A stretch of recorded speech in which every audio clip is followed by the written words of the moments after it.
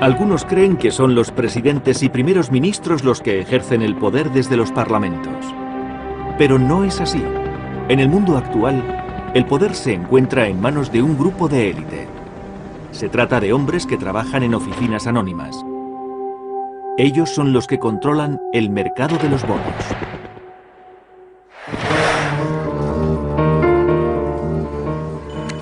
Bill Gross es el jefe de PIMCO, la mayor agencia de bonos del mundo, con una cartera de 700.000 millones de dólares en valores de renta fija.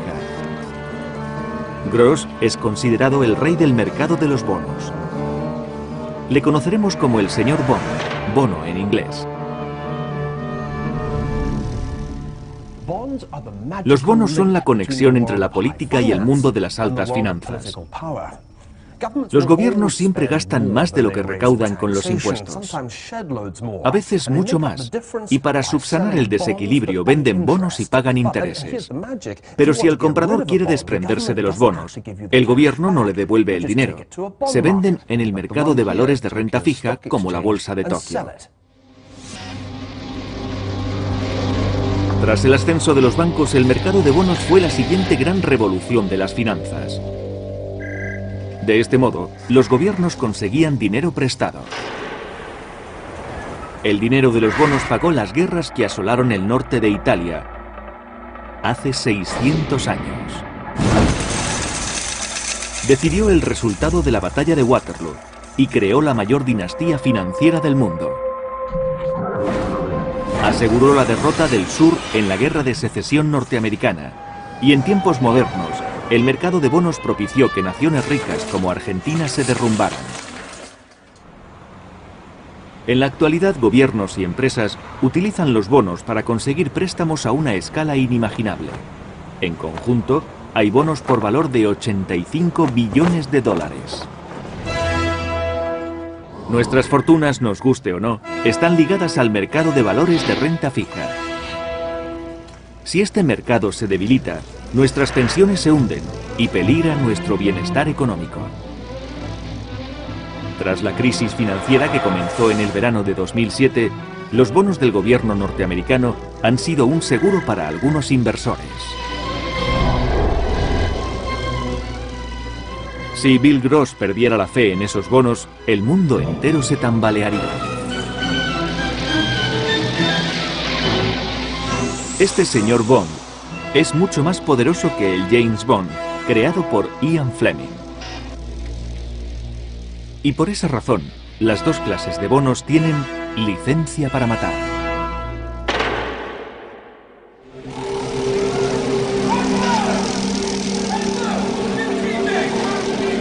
El poder del dinero. La dependencia de los bonos.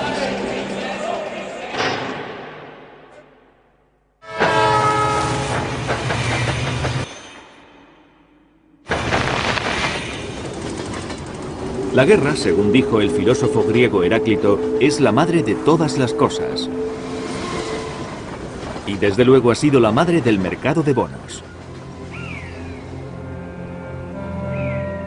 Durante gran parte de los siglos XIV y XV, las ciudades medievales de la Toscana, Florencia, Pisa y Siena, combatieron unas contra otras. Aquellas guerras se lucharon con hombres y con dinero.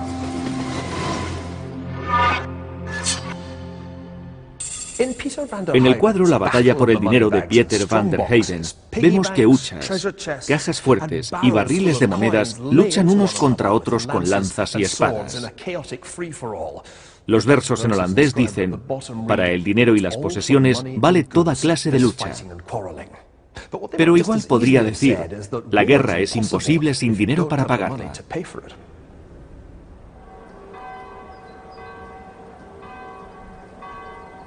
Y el modo de conseguirlo, la capacidad de financiar la guerra mediante la venta de bonos, fue también un invento del Renacimiento italiano.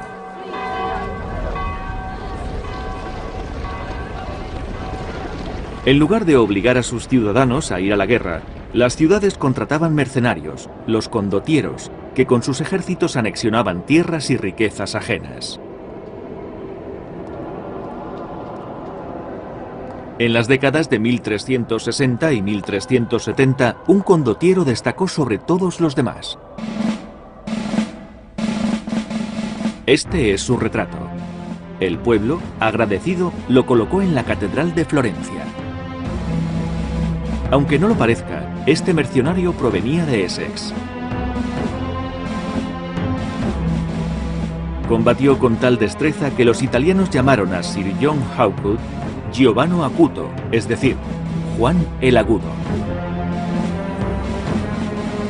El pueblo de Florencia le ofreció este castillo como recompensa por sus servicios.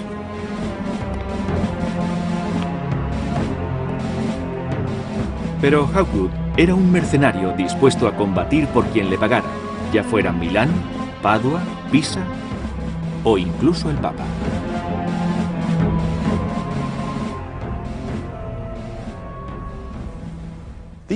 Estos frescos del Palazzo Vecchio de Florencia muestran a los ejércitos de Pisa y Florencia en el año 1364.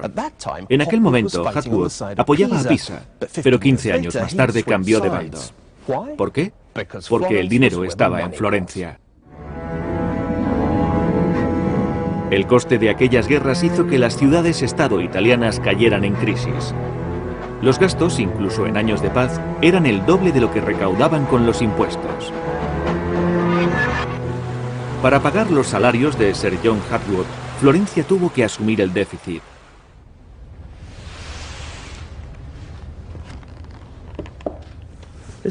Este documento del Archivo Estatal de Florencia muestra cómo aumentó la deuda de la ciudad. Era de 50.000 florines a principios del siglo XIV y en 1427 llegó a 5 millones. Una montaña de deudas, de ahí viene el nombre, Monte Comune. ¿Y a quién pidieron el dinero los florentinos? La respuesta era sencilla: a sí mismos. Fue una idea revolucionaria que cambiaría la economía para siempre. En lugar de pagar impuestos directos, los ciudadanos eran obligados a prestar dinero a su propio gobierno.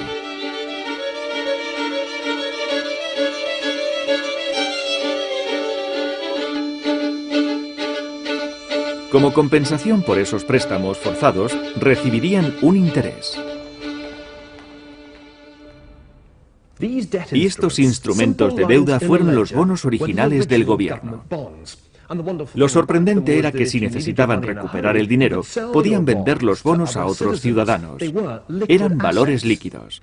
Según vemos en este registro, Florencia convirtió a sus ciudadanos en sus mayores inversores.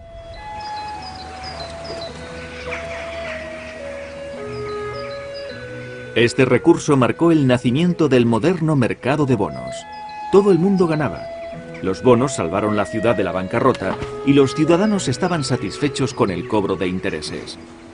Podían comprar o vender sus bonos en el mercado según les conviniera. El problema de la deuda pública quedó resuelto y los florentinos pudieron ocuparse de otras cosas. Pero esta brillante idea tenía un inconveniente.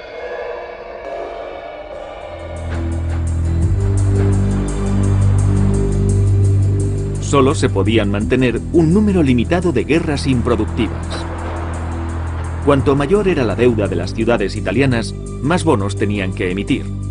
Y cuantos más bonos se emitían, menos atractivos eran para los inversores. Eso fue lo que ocurrió en Venecia. A principios del siglo XVI, la ciudad había sufrido varios reveses militares y el valor de los bonos venecianos se había desplomado.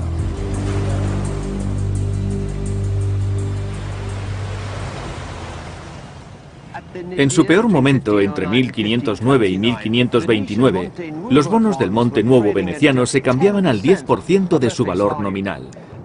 Si se compraban bonos en tiempos de guerra, se corría el riesgo de que la ciudad no devolviera el dinero ni pagara los intereses. Por otra parte, el interés se pagaba según el nominal del bono. Así que si se compraba al 10% de ese valor, se podía ganar un 50%. Así funciona el mercado de los bonos. Se gana en función del riesgo que se asume. El mercado de los bonos establece los intereses de toda la economía. Si el Estado paga un 50%, los demás deben hacer lo mismo.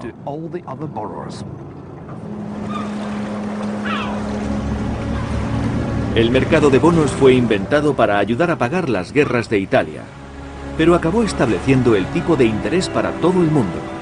La carrera por el poder había comenzado. En los 2 siglos siguientes, los bonos dominarían el mundo.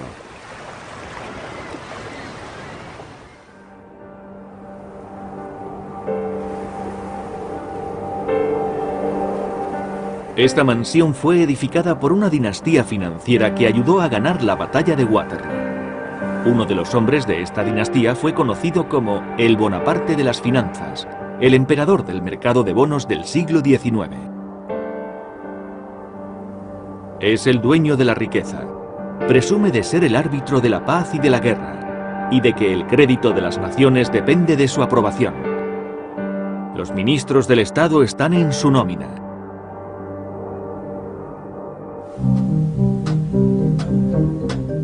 Estas palabras, pronunciadas en 1828 por el miembro radical del Parlamento, Thomas Dunscombe, se referían a Nathan Rothschild. Fue un gran comerciante de bonos y fundó la rama londinense del que sería el mayor banco del mundo. El mercado de los bonos hizo inmensamente ricos a los Rothschild.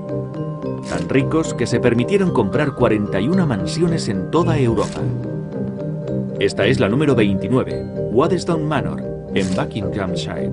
Ha sido restaurada según su estructura original por Jacob Rothschild, tataranieto de Nathan. Era bajo, obeso, obstinado y extremadamente inteligente. Su dedicación era total. No creo que fuera una persona muy agradable a la hora de hacer negocios.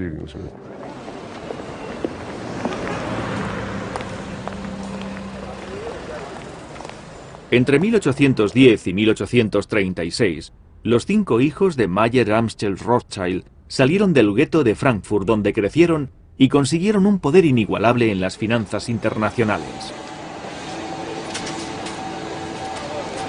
Pero fue su tercer hijo, Nathan, el que consiguió triunfar en Londres. Evelyn de Rothschild es el tataranieto de Nathan. Recientemente se retiró como presidente del banco que Nathan fundó.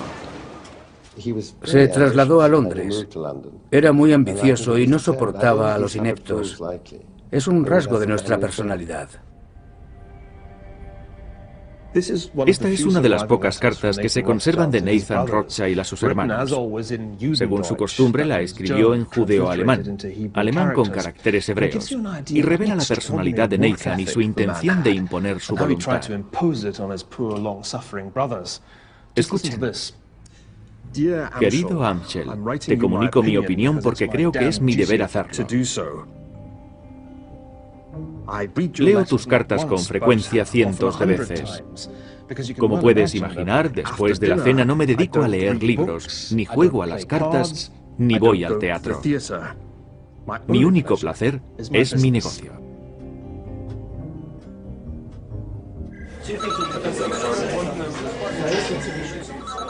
Fue esta determinación, junto con un genio financiero innato, lo que sacó a Nathan de la oscuridad y lo convirtió en dueño del mercado de bonos londinense. De nuevo había surgido una oportunidad financiera gracias a la guerra.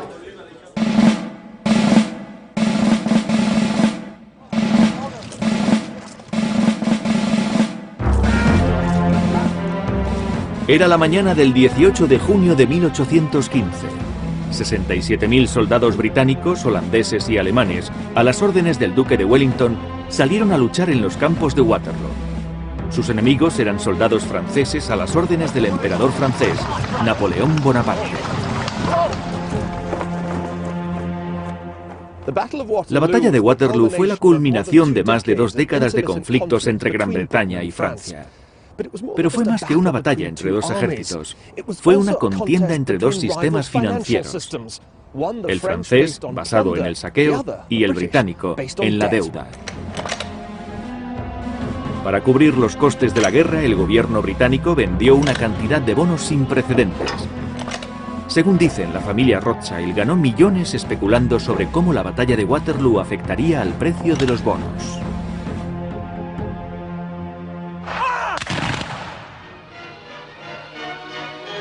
Años más tarde, esta leyenda sobre la especulación judía sería utilizada por los nazis.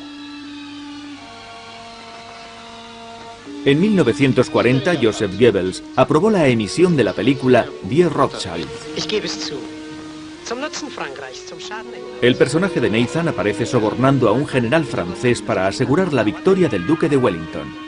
Pero después daría a Londres información falsa sobre el resultado de la batalla. Esto desató el pánico y consiguió que se vendieran los bonos británicos que Nathan compró a precio de ganga.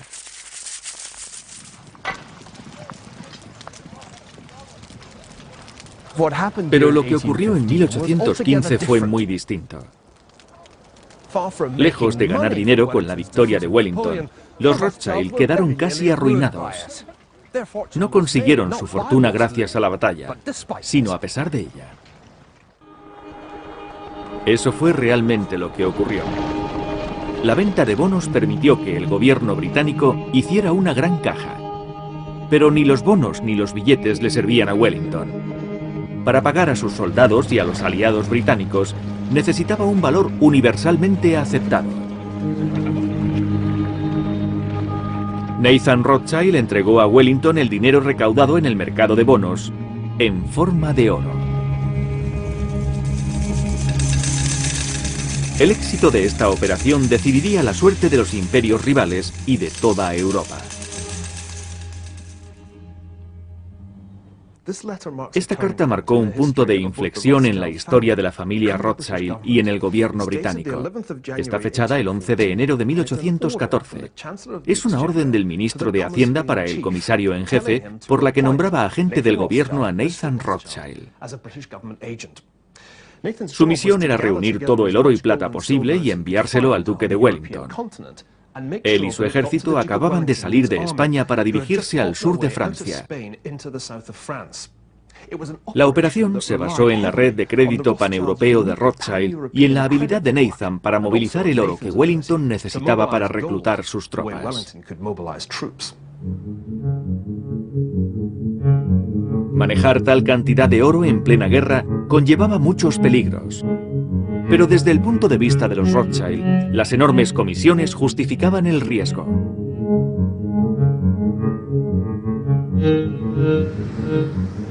Los Rothschilds se hicieron indispensables para la guerra.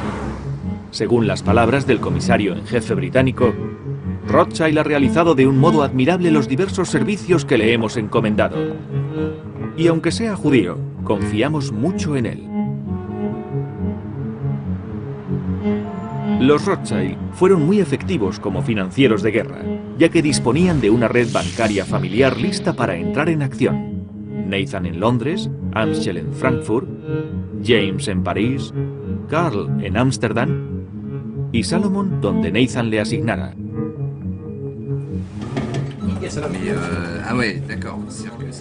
Si el precio del oro era más alto en París que en Londres, James vendía en París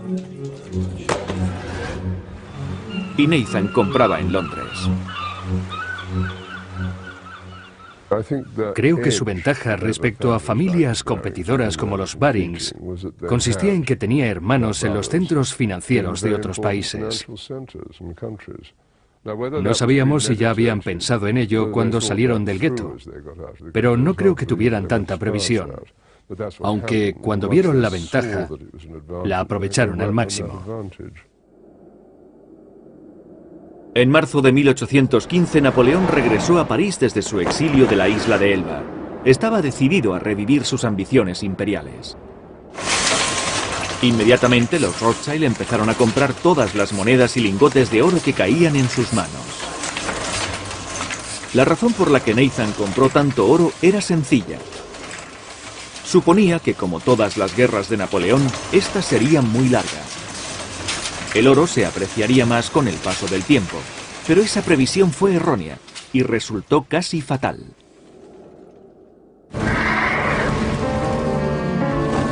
Hay una famosa frase de Wellington acerca de la batalla: ganamos por un margen muy pequeño.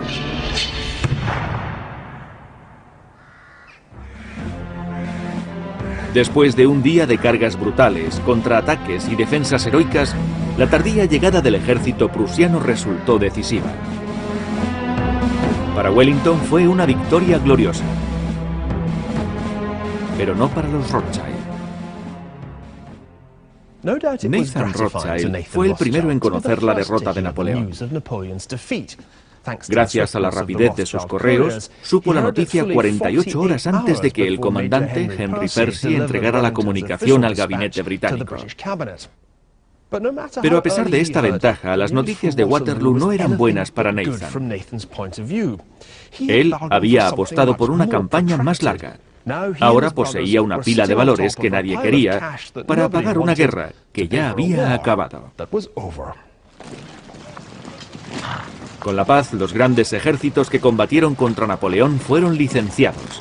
Eso significaba que se acababa el oro para los soldados y que su precio caería después de la guerra.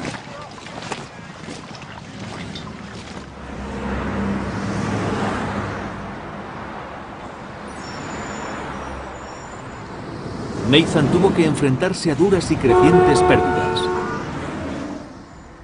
Solo había una salida. Utilizaría el oro de los Rothschild para hacer una apuesta fuerte y muy arriesgada en el mercado de bonos.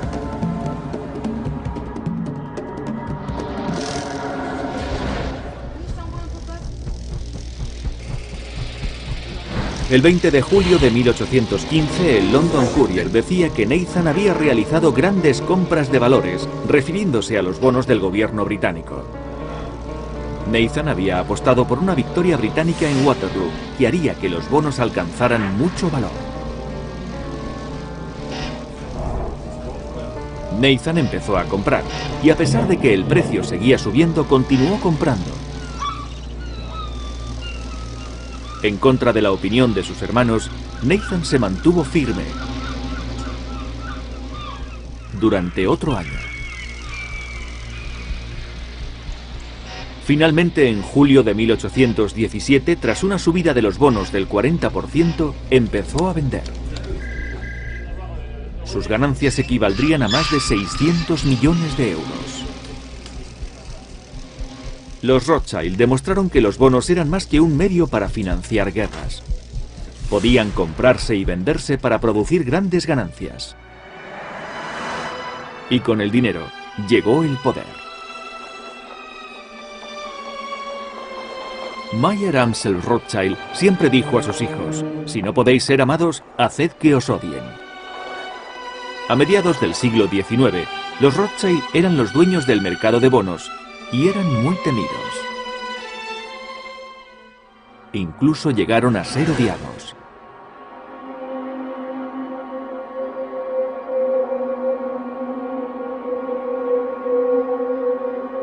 El hecho de que fuesen judíos revitalizó los antiguos prejuicios antisemíticos.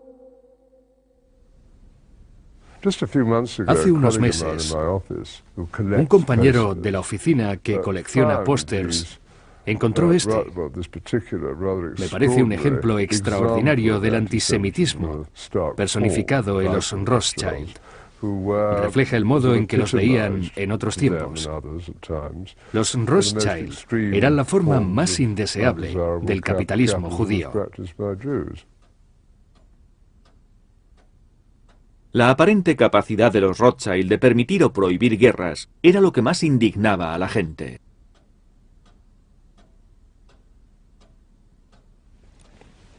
Los Rothschild necesitaban la guerra. Hicieron sus mejores negocios con ella. Y de no ser por las guerras, los estados no habrían tenido que emitir los bonos que los Rothschild compraban y vendían. Pero el problema de las guerras y de las revoluciones es que un estado deudor puede no cumplir su obligación, y eso afecta a los bonos emitidos. A mediados del siglo XIX, los Rothschild traficaban con valores y mantenían una extensa cartera de bonos de su propio gobierno.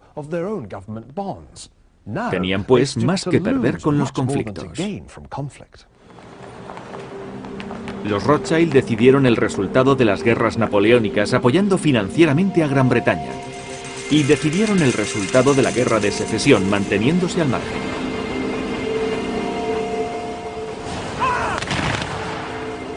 De nuevo, los dueños del mercado de bonos arbitraron el destino de la guerra.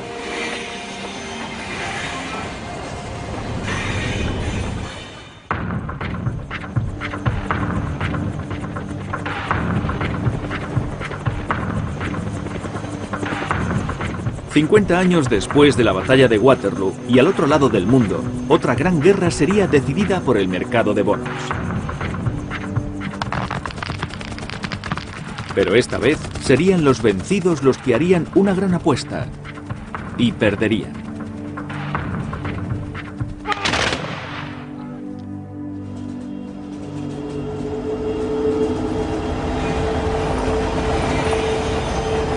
Según la idea tradicional, el punto de inflexión de la Guerra de Secesión americana se produjo en junio de 1863, 2 años después del inicio del conflicto. Fue cuando las fuerzas de la Unión tomaron Jackson, la capital de Mississippi, y forzaron al ejército confederado a retirarse al oeste, hacia Vicksburg.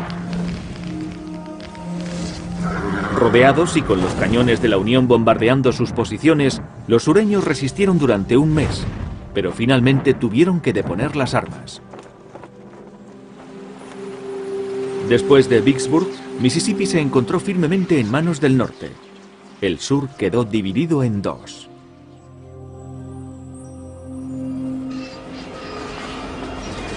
Sin embargo, este no fue el factor decisivo de la derrota del sur. El auténtico punto de inflexión se había producido antes, y la causa fue financiera. A 300 kilómetros de Vicksburg, donde el Mississippi desemboca en el Golfo de México, se encuentra el puerto de Nueva Orleans.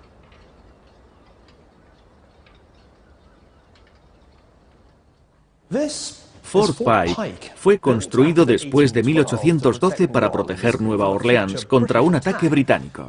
Pero 50 años más tarde no pudo proteger al sur contra el norte. El capitán David Farragut capturó Nueva Orleans el 28 de abril de 1862. Fue un momento crucial de la guerra. Nueva Orleans era el puerto de salida del principal producto de exportación del sur: el algodón. El sur necesitaba controlar el comercio del algodón. Era el componente esencial de un ambicioso proyecto para utilizar el mercado de bonos con fines bélicos. Ocurrió como en las ciudades-estado italianas. El Tesoro de la Confederación recaudó fondos al principio de la guerra vendiendo bonos a sus propios ciudadanos. Sin embargo, el capital disponible en el sur era limitado. Para sobrevivir, la Confederación se dirigió a Europa. Esperaban que la mayor dinastía financiera del mundo les ayudara a derrotar al norte, igual que había ayudado a Wellington a derrotar a Napoleón. Inicialmente, la Confederación tenía motivos para ser optimista. En Nueva York, el agente de los Rothschild simpatizaba con ellos y se opuso al líder del norte, Abraham Lincoln, en las elecciones presidenciales de 1860.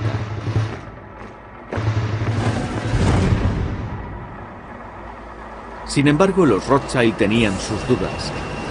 Ayudar al gobierno británico para derrotar a Napoleón era una cosa, pero comprar bonos de un grupo de esclavistas sureños parecía muy arriesgado.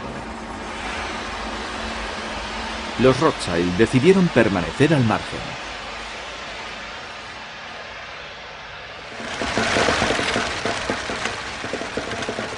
A pesar de esta contrariedad, el gobierno del sur escondía un as en la manga. Su estrategia se basaba en el algodón.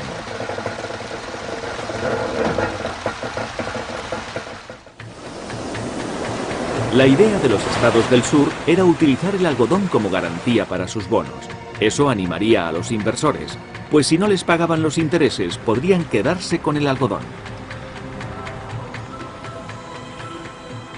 Así, los agentes sureños empezaron a vender bonos en los centros financieros europeos. La Confederación trató de vender bonos convencionales en centros financieros europeos, como Ámsterdam, pero los inversores desconfiaron. Sin embargo, cuando la firma francesa Émile Berlanger ofreció bonos respaldados con algodón, lo vieron de otro modo. Estos bonos podían cambiarse por algodón al precio de antes de la guerra. 6 peniques por libra. Aquellos bonos de algodón formaban la base de la estrategia sureña. Si además podían restringir el suministro de algodón, su valor y el de los bonos aumentaría mucho. Y los confederados utilizaron este producto para chantajear al país más poderoso del mundo, Gran Bretaña.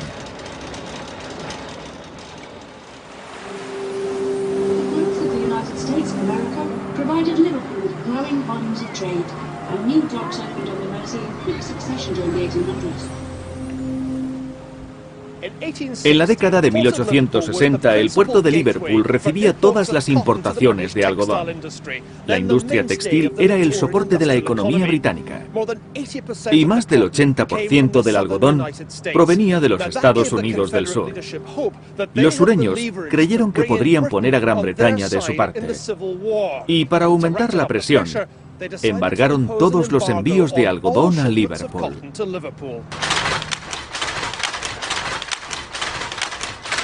Durante un tiempo la estrategia tuvo éxito. Los precios del algodón se dispararon, y lo mismo ocurrió con el valor de los bonos, garantizados por el algodón confederado. El embargo del algodón devastó la economía británica. Las fábricas tuvieron que despedir a sus empleados, y al final la producción se interrumpió en 1862.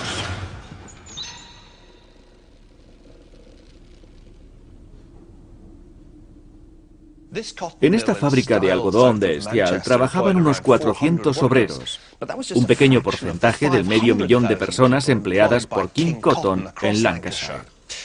Pero sin el algodón, los obreros no podían hacer nada. En 1862, la mitad de la mano de obra fue despedida. La cuarta parte de la población de Lancashire estaba en una situación desesperada. Se la llamó la hambruna del algodón. Gran Bretaña pasaba por un mal momento mientras el algodón sureño se cotizaba al alza. Pero la capacidad del sur para manipular el mercado de los bonos dependía de un factor fundamental. Si el sur no pagaba los intereses, los inversores debían estar seguros de que podrían llevarse el algodón.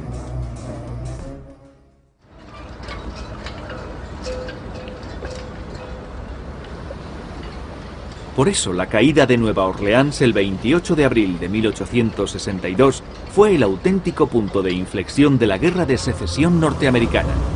El puerto principal de la Confederación cayó en manos de la Unión, y los inversores que quisieran llevarse su algodón tenían que burlar el bloqueo naval de la Unión.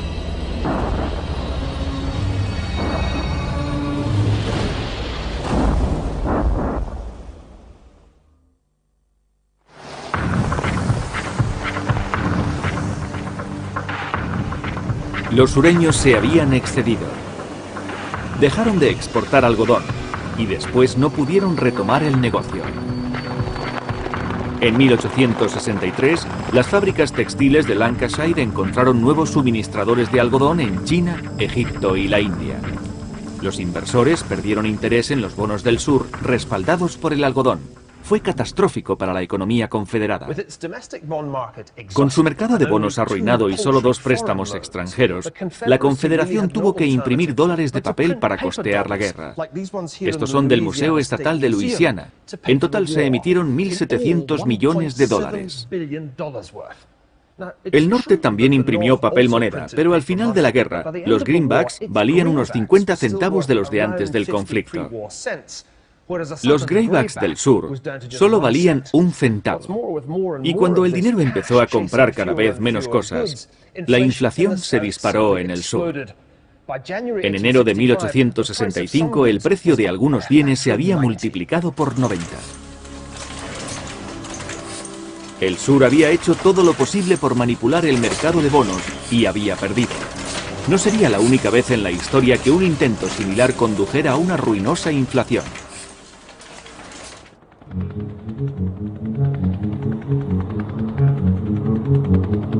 En la actualidad, el mercado global de bonos es mayor que todo el conjunto del mercado de acciones.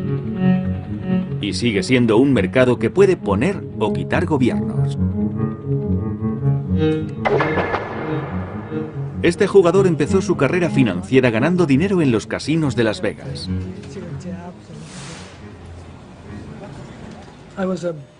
Era jugador profesional de blackjack, uno de los mejores.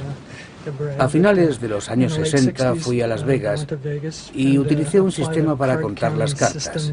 Pretendía llevar a la bancarrota a Las Vegas. Este maestro de la modestia es el rey del mercado de bonos. Controla las mayores inversiones en bonos de todo el mundo.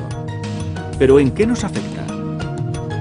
Cuando Gross compra o vende bonos, no solo influye en los mercados financieros y en la política. Influye también en el valor de nuestros fondos de pensiones y en los intereses que pagamos. Solo existe una cosa a la que Mr. Bond tiene miedo, y no es precisamente a Goldfinger, sino a la inflación.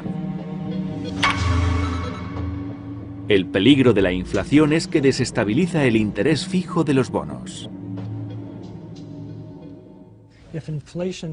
Si la inflación sube un 10% y el interés fijo es del 5%, eso significa que el propietario de los bonos pierde un 5% con la inflación.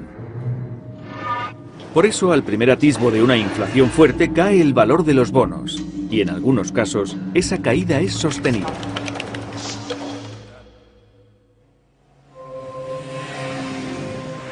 Para comprobar lo mal que pueden ir las cosas cuando llega la inflación, solo hay que repasar la historia de Argentina.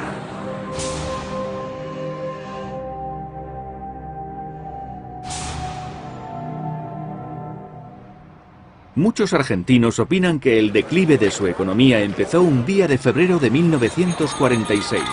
Ese día, el general Juan Domingo Perón, recién elegido presidente, visitó el Banco Central de Buenos Aires. Perón se quedó sorprendido. «Hay tanto oro», dijo, «que apenas se puede andar por los pasillos». El mismo nombre de Argentina indica que es el país de la plata, y el río que fluye por la capital se llama también Río de la Plata.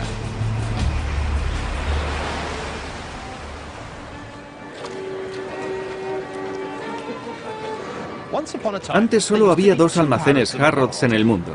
Uno estaba en Londres, en Kingsbridge, y el otro aquí, en la calle Florida, en el centro de Buenos Aires. Este se inauguró en 1912, y recuerda que Argentina fue un país muy rico. Su renta per cápita era solo un 18% inferior a la de Estados Unidos. Los inversores que compraban bonos argentinos confiaban en que el país sería tan poderoso como Estados Unidos.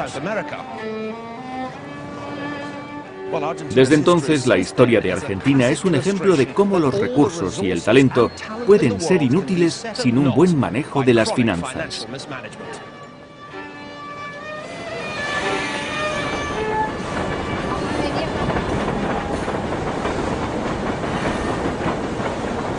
Se han producido muchas crisis financieras en la historia de Argentina, pero la crisis que sacudió al país en 1989 fue la peor de todas.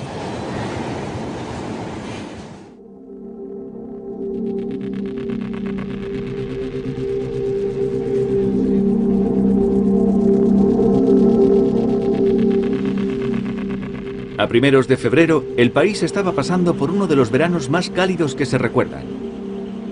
En Buenos Aires, el suministro eléctrico no daba abasto. Había apagones de hasta 5 horas. Pero como se vio más tarde, ese era el problema más pequeño de Argentina. Se sucedieron 3 etapas que acabarían conduciendo al infierno económico. En la primera etapa, el gobierno gasta más de lo que recauda con los impuestos. Normalmente se debe a una guerra. En Argentina fueron 2 guerras, una guerra civil en los años 70 y la otra en 1982 contra Gran Bretaña por las Islas Malvinas. En 1989 el sistema financiero argentino iba a estallar. En febrero la inflación alcanzó un 10% mensual. El gobierno ordenó el cierre de los bancos, mientras trataba de bajar los intereses para impedir que se hundiera la moneda nacional. No tuvieron suerte. En solo un mes, el austral cayó un 140% respecto al dólar. Al mismo tiempo, el Banco Mundial dejó de conceder préstamos a Argentina. Su gobierno no había podido eliminar la causa de la inflación, el déficit del sector público. Sin futuros préstamos del Banco Mundial a la vista, el gobierno trató de financiar su déficit vendiendo bonos a sus ciudadanos. Pero los inversores sabían que su valor real sería barrido por la inflación en cuestión de días. Al gobierno se le acababan las alternativas.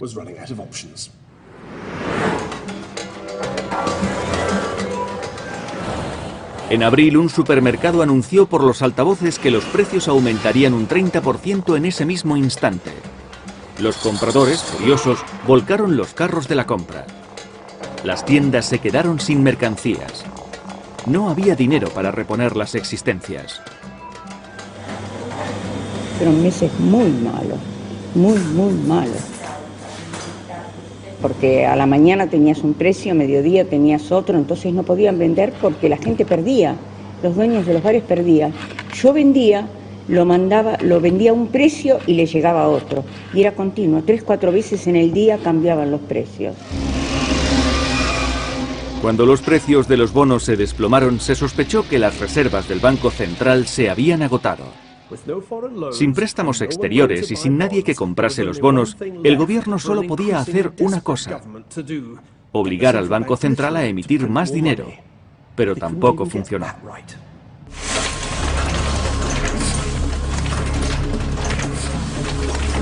El viernes 28 de abril, Argentina se quedó literalmente sin dinero.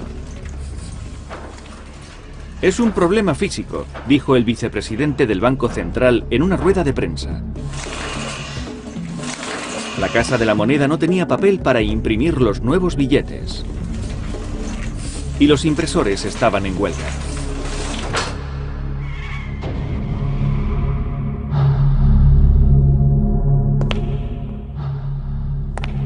No sé cómo lo haremos, pero tiene que haber dinero el lunes, dijo a continuación.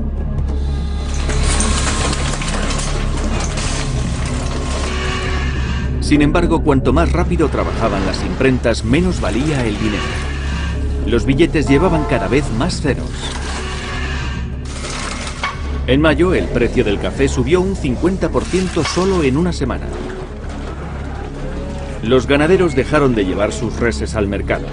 El precio de una vaca era igual que el de 3 pares de zapatos.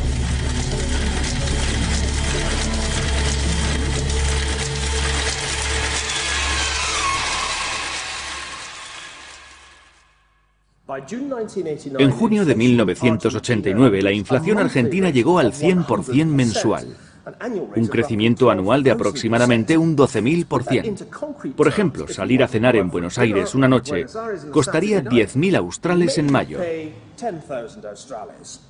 En junio, habría que pagar 20.000 por la misma cena. Y al mes siguiente, serían 60.000. Necesitaban muchísimos australes solo para comer.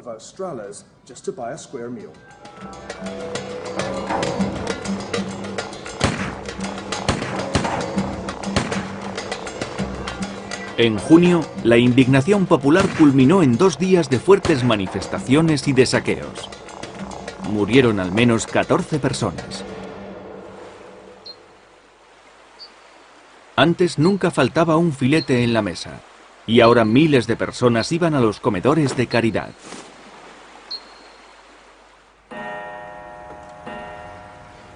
Resulta evidente quién sale perdiendo en casos de hiperinflación.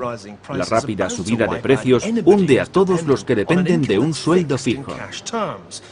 Académicos y funcionarios, cuyo salario es también fijo, pensionistas y sobre todo los propietarios de bonos, que viven de los intereses de su inversión.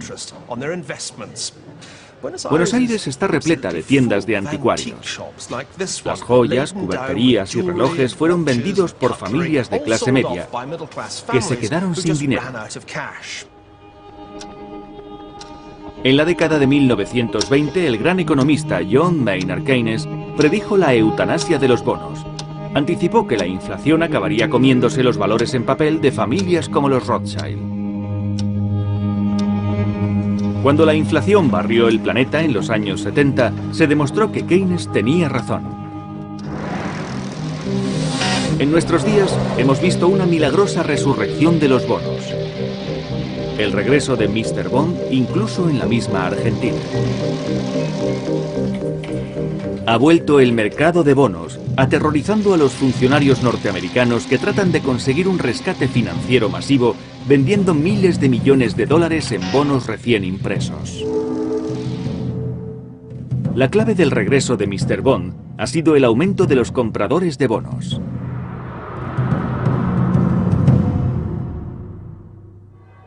Lo que nos lleva de vuelta a Italia, donde nació el mercado de bonos hace 600 años.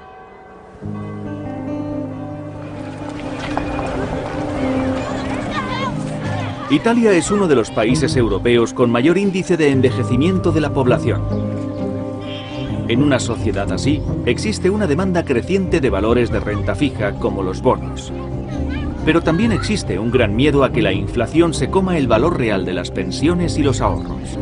Los bancos centrales sospechan que ser blandos con la inflación influye mucho en el mercado de bonos. Las tesorerías emplearán miles de millones para rescatar bancos arruinados por la actual caída del crédito. Pero no será fácil salvar el precio del dinero vendiendo más bonos. En la moderna Europa, como en la Italia del Renacimiento, se ha alcanzado un equilibrio entre el poder político y el riesgo financiero. Como siempre, parece que el mercado de bonos es quien gobierna el mundo. Pero ¿qué ocurriría si en lugar de prestar a los gobiernos, preferimos emplear nuestro dinero en comprar acciones de empresas? ¿Sería arriesgado? ¿Se conseguirían beneficios? En el próximo episodio de El Poder del Dinero, descubriremos por qué repetimos nuestros errores, a pesar de 300 años de burbujas bursátiles y bancarrotas.